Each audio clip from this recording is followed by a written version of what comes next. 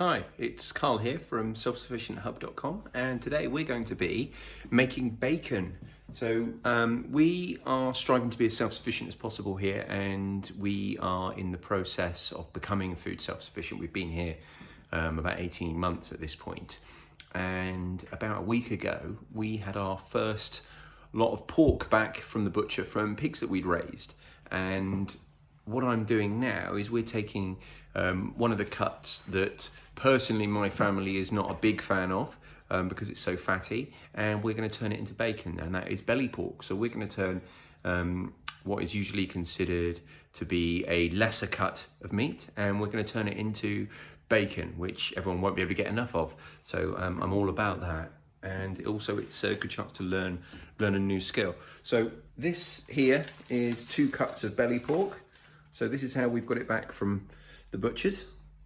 And as you can see, it's quite a fatty piece of meat, but there is also some great muscle meat in there as well. So what we're going to do is we're going to cure it. We're going to dry cure it. Now, a lot of the commercially cured bacon, they wet cure it, which means they cure it in a brine and they inject the brine into the center of the cut as well. And that's the reason why when you're frying bacon at home that you've bought in the shop, usually you'd get that sort of white frothy scum that comes out of it. We're not going to get any of that because we're going to be dry curing. It's the simplest thing in the world. I think you'd be quite surprised. In here we've got what we're going to use to cure it with, and it's a crudely mixed, not very well mixed, 50-50 brown sugar and sea salt. That's all we're going to use. So let's get started.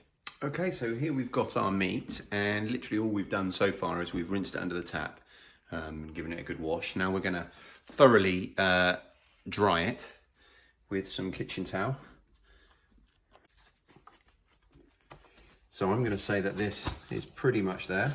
Do a bit more on the sides. And now we're ready to go. I've mixed a fair amount. I'm going to be using that over the next few days. So what I'm not going to do now is put my fingers in there, because I don't want to cross-contaminate everything. I've been handling this raw pork, which I will be handling for the next few minutes. And I'm not going to be touching anything that I don't want to cross-contaminate with that. So I am going to touch the handle. I wouldn't if I wasn't holding the camera at the same time, but I'm going to touch the handle, and then I'll make sure I thoroughly clean that when we're finished. So cross-contamination is something you should always be thinking about when you're handling raw meat. So I'm going to put a decent amount in the bottom there. And then what we're going to do is put our first piece of belly pork in there, and I'm going to give it a good squash and a wiggle around to make sure that the bottom side gets thoroughly coated. And then I'm going to pour another load of the cure on top. And this time we're going to rub it in quite thoroughly. It's really important, and I'm going to use my thumb there to pull it up the sides. It's really important that you do the best job you possibly can in covering and rubbing this cure into every single pocket of the meat. Please don't forget, if you find these videos valuable at all, it makes a huge difference for you to press that like button. So quickly do it now before we get back to the bacon. So there we go. It's all done. I'm going to put a bit more on the top.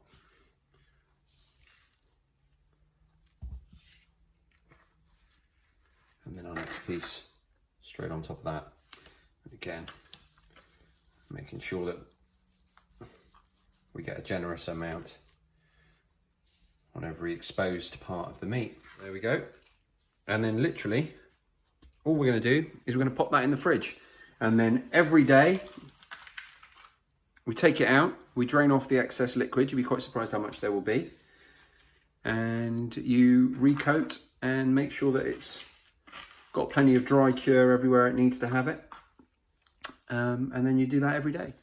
And down here what we have is one that I started about 6 days ago. So hopefully, what we're going to do now is we're going to thoroughly wash it and dry it again and get all that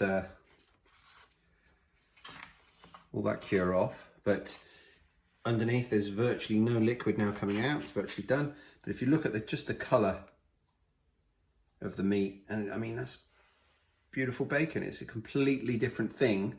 That's I've taken a slice off of that so you can see it clearly. Who am I kidding? So you can see it clearly. Taking a slice off of that because I couldn't resist. I had bacon and eggs this morning.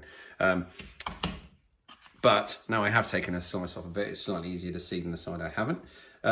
Now, when you get a whole pig belly, if you imagine this whole cooker top was one pig belly, you'd have diagonally across it coming the ribs. So normally what would happen when you go in the supermarket, you'd be buying one or the other. They would normally slice the ribs off and sell them as spare ribs and then sell the belly as belly. Obviously that's not how I've had this butchered. So what we've got is just along one edge, we've got a row of the ribs. So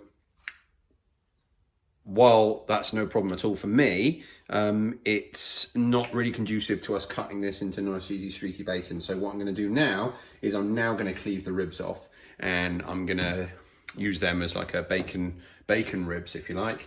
Cook them like spare ribs, and they'll be the flavour of bacon. And then we're going to have our streaky bacon. Now, the next thing I wanted to mention is just this: the pieces that you saw me do earlier were exactly as they'd come from the butchers, and it's how I started this one.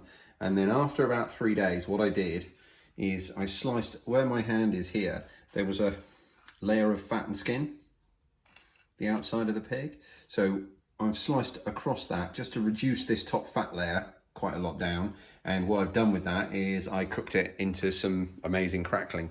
And I think the fact that it had the cure on it for a few days definitely benefited the flavour. It was delicious.